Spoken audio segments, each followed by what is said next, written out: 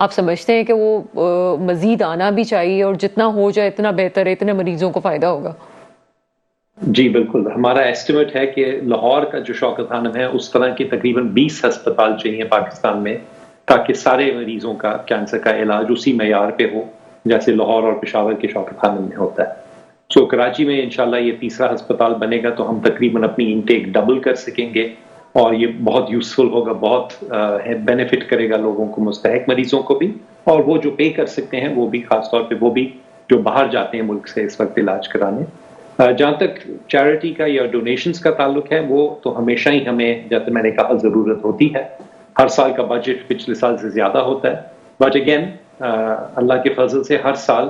ہم اپنا target achieve کرتے ہیں اور بلکہ ایکسیڈ کرتے ہیں, اور اسی کی وجہ سے ہم پچھلے سال سے زیادہ مستحق مریضوں کا علاج کر سکتے ہیں. اگر میں ایک ایگزامپل دوں تو 2022 میں ہم نے 11 ارب روپے خرچے تھے مستحق مریضوں کے علاج پہ. 2023 میں 13 ارب روپے خرچے تھے, اور 2024 جو ختم ہونے والا ہے اس میں ہمارا ایسٹیمیٹ ہے کہ 17 ارب روپیہ خرچ ہوگا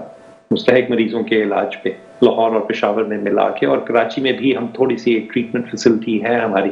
جہاں ہم ابھی کیموتھراپی سے یا دوائیوں سے علاج کرتے ہیں, تو وہ بھی اس میں شامل ہے. تو یہ اسی لیے ممکن ہے کیونکہ پاکستان کے لوگ بہت جنرس ہیں, ملک کے اندر بھی اور باہر بھی جو پاکستانی رہتے ہیں وہ بھی دل کھول کے ہمیں دیتے ہیں ہر سال.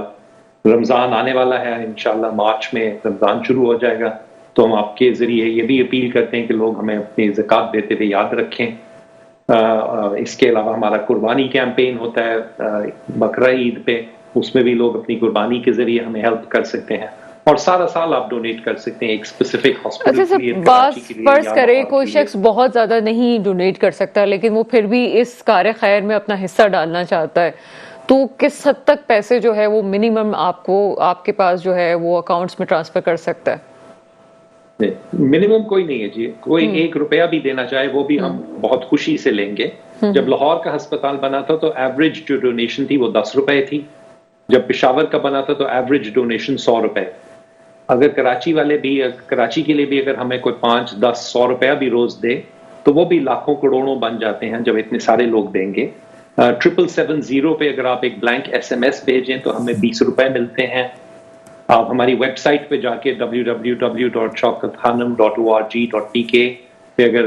ڈیٹیلز لیں تو ہمارے تمام بینکس میں ہمارے اکاؤنٹس ہیں, وہاں آپ جمع کرا سکتے ہیں. اپنی بینکنگ ایپ یا موبائل فون کے ذریعے دے سکتے ہیں. 0800-11-555 پہ اگر آپ ٹیلی فون کریں, یہ فری کال ہے, تو ہمارے نمائندے آپ کے گھر آ کے یا دفتر آ کے آپ سے آپ کی ڈونیشن دیں گے اور آپ کو پکی رسید بھی دیں گے اسی وقت. ڈاکٹر آصف نے جس طرح سے تفصیل بتائی ہے اس میں یہ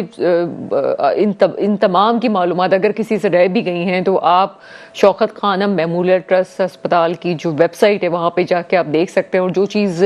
میں نے بڑی اچھی ان کی وہ دیکھی وہی کہہ رہے ہیں کہ جناب 770 پہ اگر آپ ایک بلینک میسج بھی کر دیتے ہیں تب بھی آپ کی طرف سے ایک ڈونیشن جو ہے وہ چلا جاتا ہے. یہ بہت ایک ایسا انیشیٹو ہے جس کو سمجھنے کی ضرورت ہے کہ آپ خود کس طرح سے اس معاملے کو آگے لے کے چل سکتے ہیں. سر اتنا تو آپ لوگ کر رہے ہیں, ہاسپٹلز بنا رہے ہیں, اور یقیناً آپ کو تو میں پرسنلی خراج تحسین پیش کروں گی جس طرح سے آپ 30 ایئرس کا آپ اس کار خیر میں آپ ساتھ ہیں. تو سر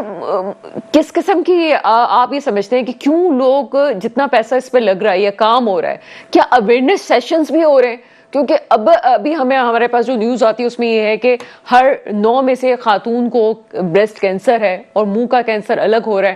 تو کیا اویئرنیس پروگرامز بھی آپ دیتے ہیں یا آپ بتاتے ہیں کہ جناب یہ نہیں ہونا چاہیے, اس طرح سے احتیاط کی جائے؟ جی بالکل. ہماری مشن سٹیٹمنٹ کا حصہ ہے کہ ہم ایجوکیشن بھی پرووائڈ کریں ہیلتھ کیئر پروفیشنلز کو بھی, ڈاکٹرز, نرسز وغیرہ, بٹ آلسو پبلک کو. اور 30 سال پہلے جب ہسپتال شروع ہوا تھا لاہور میں تو ہم نے لیڈ لی تھی اس میں, خاص طور پہ کہ خواتین کی چھاتی کا جو کینسر ہے اس کی آگاہی بڑھائیں. اس وقت آپ کی آڈینس میں کئی لوگوں کو یاد ہوگا کہ اس زمانے میں آپ بات بھی نہیں کر سکتے تھے اس موضوع پہ, ٹی وی پہ یا میڈیا میں, شرمایا جاتا تھا, اس کے اوپر کوئی بات نہیں کرتا تھا. پیشنٹس بھی اسی طرح شرماتے رہتے تھے اور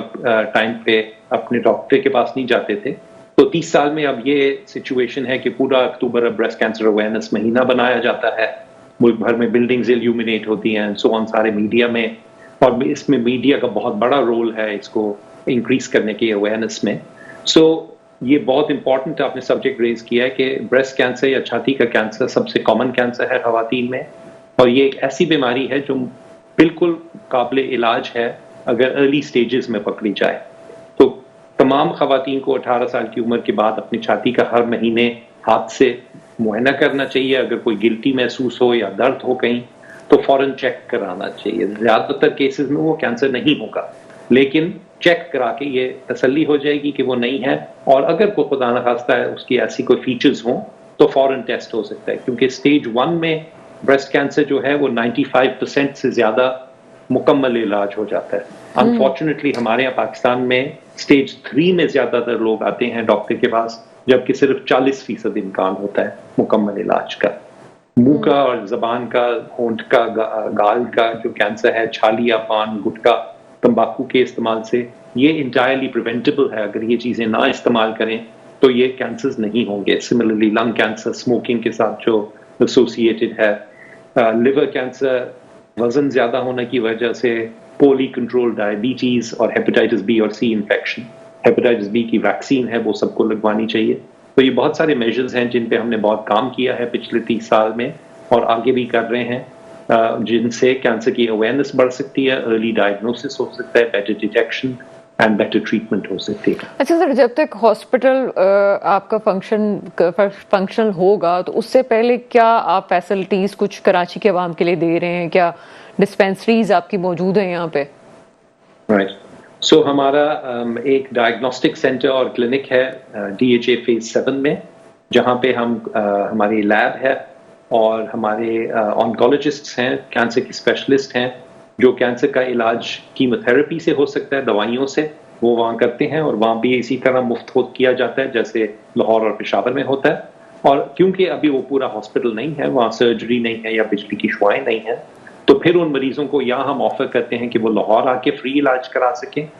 اگر ان کے لیے وہ مشکل ہے تو پھر ہمارے کراچی میں کچھ لوکل ہاسپٹلس کے ساتھ لنکس ہیں، وہاں ہم بھیجتے ہیں مریضوں کو. اس کے علاوہ ہماری لیبارٹری کے ہوم سیمپل کلیکشن سروس ہے،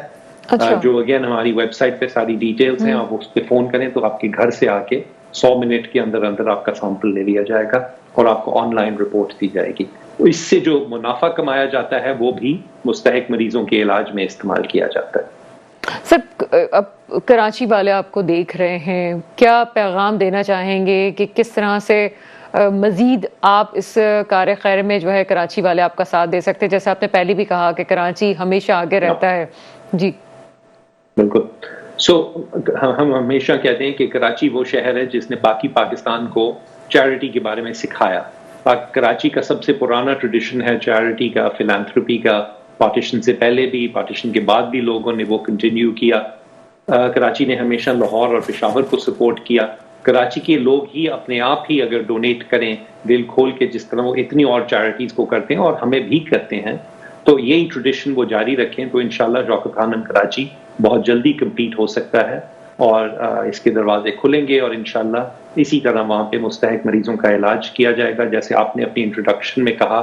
خاص طور پہ ہمارا وہ ایم ہے کہ وہ مریض جن کا آپ نے ذکر کیا، جن کے لیے کوئی امید نہیں ہے اور جس کی وجہ سے انفیکٹ خان صاحب نے پہلے لاہور میں بھی انویژن کیا تھا کہ ہاسپٹل بننا چاہیے، کیونکہ ایسے مریض جو کہ ٹیسٹ کے پیسے نہیں دے سکتے، سمپل دوائیوں کے نہیں دے سکتے، کینسر کا علاج تو دور کی بات ہے، اصل تو یہ ہاسپٹل ان لوگوں کے لیے ہے. تو کراچی والے اپنے دل کھول کے ہمیں احتیاط اور زکوٰۃ دیں تو انشاءاللہ یہ بہت جلدی مکمل ہوگا اور یہ ڈریم جو ہے یہ پورا ہو جائے گا انشاءاللہ. سر، آپ کے ساتھ ایک تو مالی طور پہ جو ہے لوگ مدد کرتے بھی ہیں اور مزید یہ پروگرام دیکھنے کے بعد بھی آپ کو رسپانس آئے گا انشاءاللہ تعالیٰ، لیکن اس کے علاوہ مورل کتنا آپ کو سپورٹ کی ضرورت ہوتی ہے؟ کیا کوئی والنٹیئرز آپ کے ساتھ آ سکتے ہیں؟ آپ کے کار خیر میں آپ کے ساتھ نوجوان نسل آپ کے ساتھ آ سکتی ہے؟ جی بالکل. سو انفیکٹ جب ہاسپٹل کھلا تھا لاہور میں، آپ نے شاید سنا ہوگا یا آپ کو شاید یاد ہو کہ اسکول کے بچوں نے بہت بڑا حصہ لیا تھا اس میں. وہ عمران ٹائیگرز ایک موومنٹ چلی تھی پورے ملک میں. وہ فنڈ ریزنگ کرتے تھے، ٹکٹ بیچتے تھے